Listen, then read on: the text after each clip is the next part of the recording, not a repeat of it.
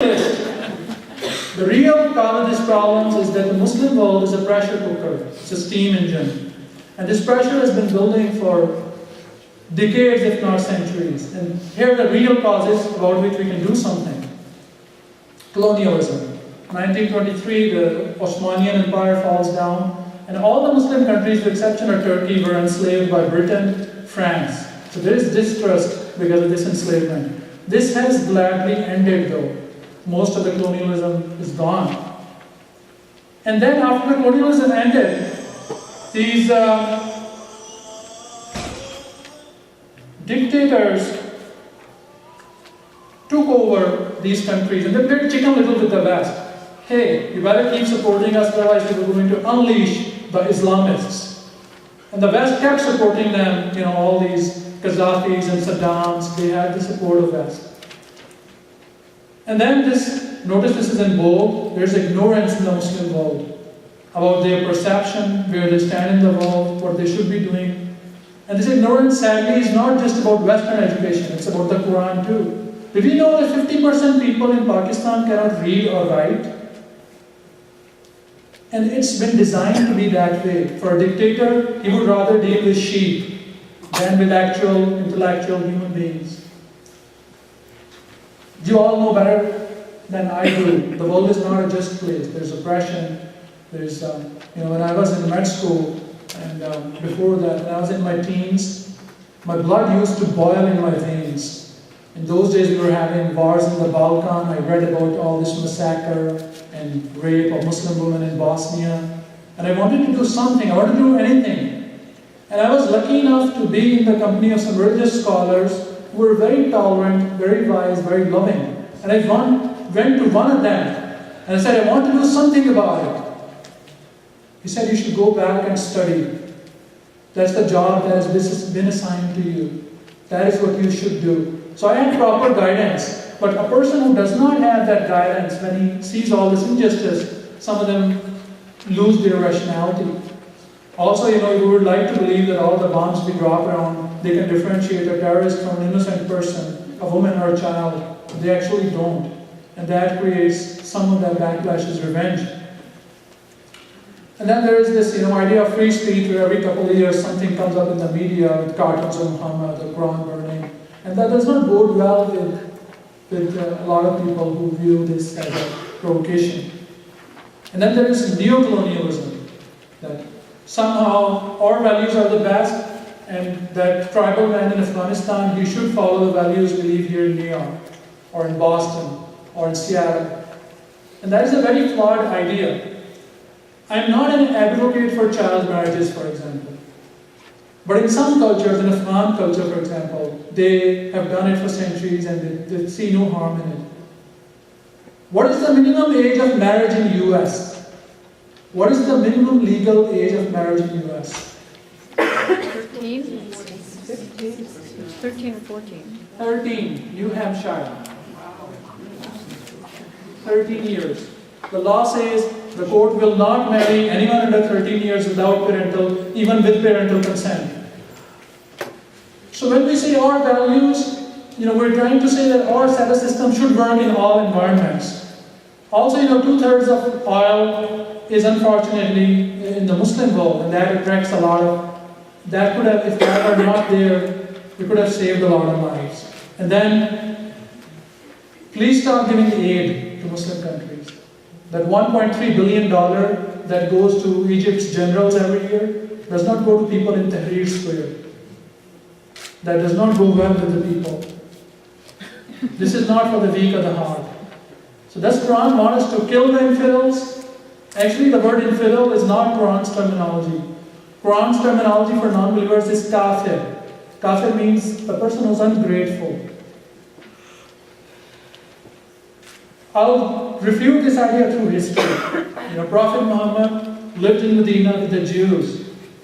There's a hadith which says that he went to visit his Jewish neighbor who was sick.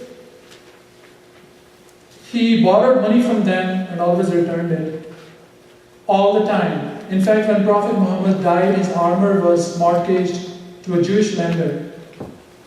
And Maimonides, the famous Jewish scholar, is actually the the royal court physician of Salahuddin, who was the Muslim leader in the Crusades. So that shows you that they have coexisted, Jews and Muslims have coexisted in Islamic history. Christians, the first refuge of Islam was not Mecca. In Mecca, Muslims were tortured, killed, kicked in the ribs. The first refuge of Islam was Ethiopia, Abyssinia. The Prophet Muhammad sent his followers across the Red Sea to Ethiopia because there was a Christian king there. It was a Christian kingdom who was very just, including his daughter. So Prophet Muhammad is sending his daughter and his son-in-law to a Christian nation because he thinks they will be safe, and they were safe there. They were taken very good care of by that king, who was Christian, and his nation was Christian. But he did not let the religious persecution get to them. And then we ruled Spain for 800 years. And that was one of the best eras of human civilization in Spain. What happened after that in Spanish Inquisition is an interesting part of history, and you should read it. Polytheists, from Makkah to India, we ruled for 800 years. There is still 90% of the population of India is polytheists. We didn't kill them all. So just think. You think all these physicians and PhDs and thinkers and scientists and who are Muslim actually have a religion that wants to kill infidels? You think when there's a natural disaster that strikes, a tsunami or a storm, we celebrate? Oh, infidels are dying. I'm so delighted. No. There's loss of human life. It's tragic. There's nothing. If God's message has to be practical. If God wants me to kill all the non-believers, I can't do that. It's humanly impossible and it's immoral. If God wants me to convert all the non-believers by force, I can't do that. It's humanly impossible, it's immoral. If He wants me to convey a message, I can do that. I am doing that. So this is totally...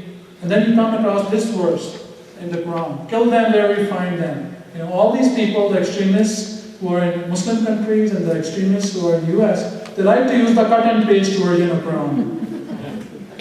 So kill them where we find them. And if you read the full verse, it says, kill them where you find them because they kicked you out of Makkah. Are you the guys who kicked us out of Makkah? No? Then you're off the hook. It's not talking about you. So does terrorism have a religion? Andre Bering Breivik, you all read in the news, last year he killed 60, 70 Christian Norwegian youth. And in his twisted mind, he's doing a service to Christianity. He's saving Europe from the invasion of Islam. You have to remember that religion is a landmark in human civilization. Only humans have religions. Wolves and hyenas don't have any religion. You should not start killing sheep because the wolf was wearing sheep's clothing. And Quran is very clear. You kill one innocent man, you have killed whole humanity. You save one life, you have saved the humanity. Quran and women. Oh boy. So that is the common perception. When you see a woman who's wearing a scarf, oh my God, she's oppressed. Oh, my wife, she's a physician. She did her residency in Buffalo, New York. And, she always got these looks. See that woman? She's wearing a scarf. She's putting the needle in that big fat guy's neck. She's very oppressed. You don't say that when you see this woman. She's not oppressed. She's holy. So there are two common Western myths. Number one, that in West women are treated equally, right? How many female presidents have you had in this country? Zero. How many vice presidents? Zero. There was one. She's in the movie Air Force One. How many justices of Supreme Court out of 112 are women? 4. How many senators in Senate are women? 7. What about Fortune 500? Or the Fortune 500 CEOs, how many are women? 3%. And then women are oppressed in Islam. saying, this is what Quran says about women. Women are your clothing and you're theirs. It's talking about wives. When I wear my clothes, it hides my flaws from you. And same for my wife. I hide her flaws, she hides my flaws. It keeps me warm and protected. She keeps me warm and protected. Goes both ways. And the women have the rights as their husbands. This is what Quran says. There's cultural oppression of women in the Muslim world. I read an article. There was this case in Canada where they had honor killings, and I was sure this article is going to mention Quran somewhere, and it did. And it didn't say anything that Quran says. Honor killings are not mentioned in Quran. They have nothing to do with Islam. In fact, in India, which is largely a non-Muslim country, between 2005 and 2007 in Punjab province of India, there were 34 honor killings done because the Hindus in that area, they think that marrying out of caste is a blow to their honor. So honor killing is a cultural problem. It has nothing to do, it has no room in Islam. Forced marriages, in Islam the basic concept of marriage is consent. You cannot force marriage on anyone. Quran dislikes domestic violence. Quran dislikes a husband hitting his wife. But in Muslim societies, you see lack of education. This female circumcision is totally North African. It has nothing to do with Islam. My mother has never been to a mosque. And that's because the part of what we live in, I think it's wrong for women to go to mosque. There's nothing to support them from Quran or Prophet saying. In fact, in Prophet's mosque in Saudi Arabia, in a society like Saudi Arabia where women cannot drive, they allow women to go to, they have not in 1400 years stopped women from going into Prophet's mosque because Prophet himself allowed them. He said women can come to mosque and pray, that's absolutely fine. And Quran clearly highlights principles for women inheriting the property. And in some Muslim cultures, they don't give it to them. And that's not Islam's fault. What do women face in the West? In this country, you have two schools of thought about abortion. There's this liberal school of thought that thinks it's a matter of choice. Keep your rosaries off my ovaries. And then there's this other conservative school, the army of God, and the other people who think that no, this is a murder. But this, I was shocked to see, this was in Baker Daily News, a letter from Canadian Medical Journal. In Canada, there are actually sex-specific abortions, mostly from South Asian immigrants. And they're not all Muslim. They come and basically say, okay, this child is a female, I don't want it. So this is... I'm just reminding you that we need to stay on time, so it's time to wrap up so we can get to the questions. I was just starting. And then there is domestic violence. 4.8 million women in this country, this is the statistics from now, they undergo domestic violence. 1 in 5 women is raped. You get 78 cents doing the same work that a man gets $1 in this country. And that is if you're lucky enough to be white. If you're black, you get 68. If you're Latina, you get 58.